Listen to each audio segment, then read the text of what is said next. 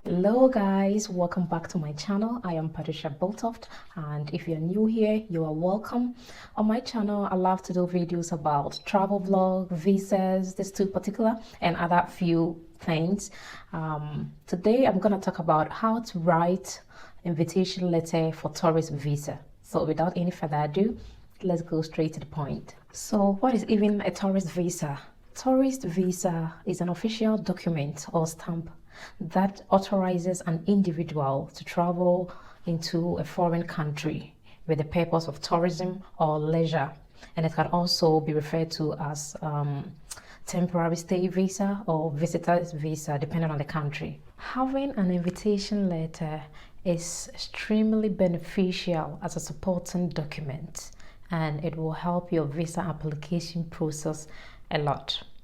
Depending on what type of visa you will be applying for, whether you have been invited for a specific reasons like tourism, organization, business, health, maybe you are going to see your doctor, etc., anything, you must obtain an invitation letter. Writing an invitation letter is not so complex if it includes the relevant information about the host and the applicant. Sometimes people tend to anticipate asking someone to write an invitation letter for them, or they'll be stressing around on how to write a proper invitation letter, or perhaps they might seek an expert to write for them. This should not be necessary. This video is good for you, the host and the applicant, as we can all learn something from it. Okay, so now let's move on to the main topic, invitation letter. What is an invitation letter? Invitation letter is a letter that an inviting host is writing to his or her foreign friends. It could be family member, boyfriend or girlfriend, into their home country, and they can guarantee that you, the applicant, will not stay there illegally, and they can also make sure that you, the applicant, will return to your home country after your duration of stay. I'm taking my time to explain this, and I'm talking a bit slowly, if you guys can see, because I want you guys to get the message clearly. It's very important you understand how this works. Normally, out from my YouTube channel, I talk pretty fast, but when it comes here, I tend to talk a bit slow, so my followers or my subscribers can understand everything I'm trying to say and get the message right. Moreover, the inviting host must prove the relationship between you two, whether you're boyfriend, girlfriend, family member, relative, and so on. Again, the inviting host must have enough funds, meaning financially stable enough to support and cover your entire duration of stay if you are unable to. No matter the circumstances, you, the applicant, must be able to support yourself. That's why almost all embassies, they request you, the applicant, to add your bank statement so they can see you are able to support yourself.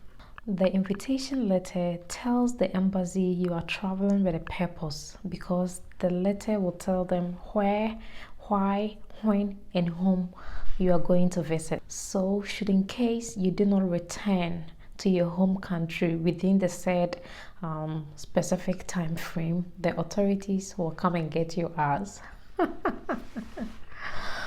Oh, I'm just being silly, just a joke. Yeah, so should in case you do not return, the authorities will know where to get you, or if something happens, they know where to find you, based on your host address stated in the invitation letter. Before I move on, you can also go and watch my other video, how to process your tourist visa application process. I'm gonna put the link up here. This video will help you to gather most of your necessary relevant documents for your tourist visa application process submission. Okay, so now let's move on to how to write the invitation letter for a tourist visa.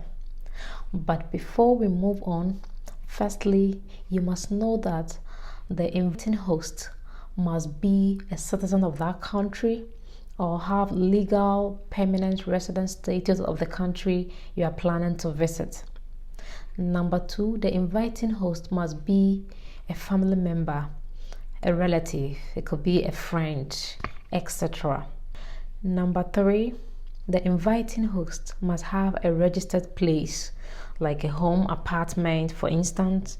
And number 4, the inviting host must have enough room to accommodate you, the applicant. Upon my research before this video, I realized that not all embassies require an applicant to bring along an invitation letter, but it is strongly recommended that you add one, even if it's not required. Now, the invitation letter can either be addressed to the applicant or the embassy. If the letter is being addressed to the applicant, you can make sure you make the letter a little bit more friendlier and not too strict and official or formal, if I may put it that way. It is better to give a friendlier impression so that the consulate official can have a better sight of the relationship between the host and the applicant. In this video, we are going to address to the embassy.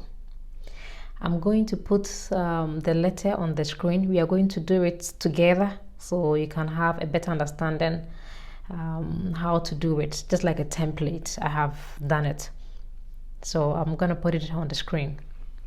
Okay, so first we will write the date. That's the date the letter is being written.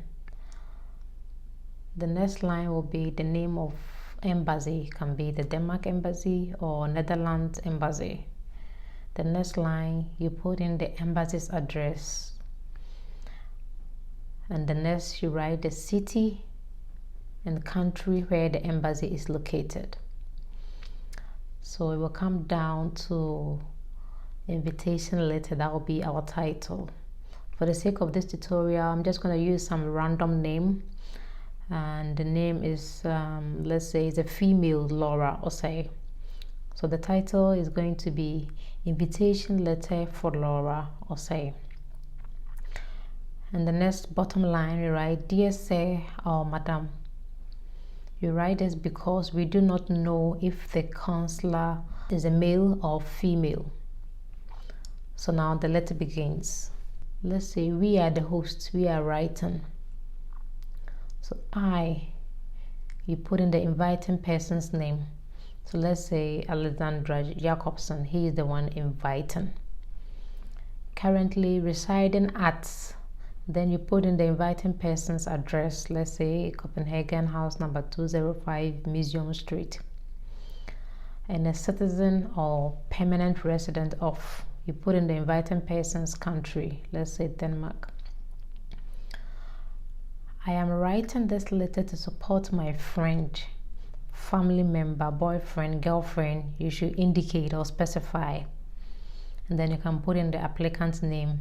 In this tutorial, we have chosen Laura Osei for her tourist visa application process.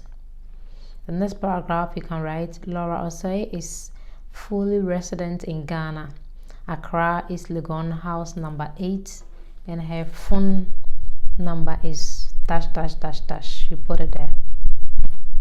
The next line, you make sure you give little more paragraphs and lines so it doesn't become so messy and it will be easy to read.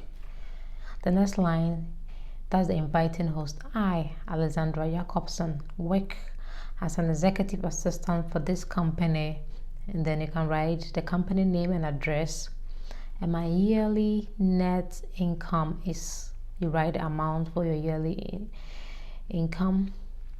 I would like my friend Laura Osei to visit me for 2 weeks, and she will be staying with me the entire duration of her stay here in Denmark for this summer vacation from 13th June 2022 to 27th June 2022. So you specify the date. Next line, you can write Laura Osei and I have been friends since my last vacation visit to Ghana in 2013. We have been friends ever since.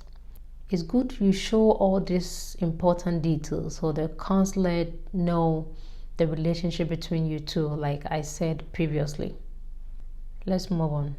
We will be visiting many tourist attractions like Tivoli Gardens, the Little Mermaid, Legoland, Adventure Camp, Hazy Anderson's House, etc. I will be glad if she is granted with a tourist visa for the whole period.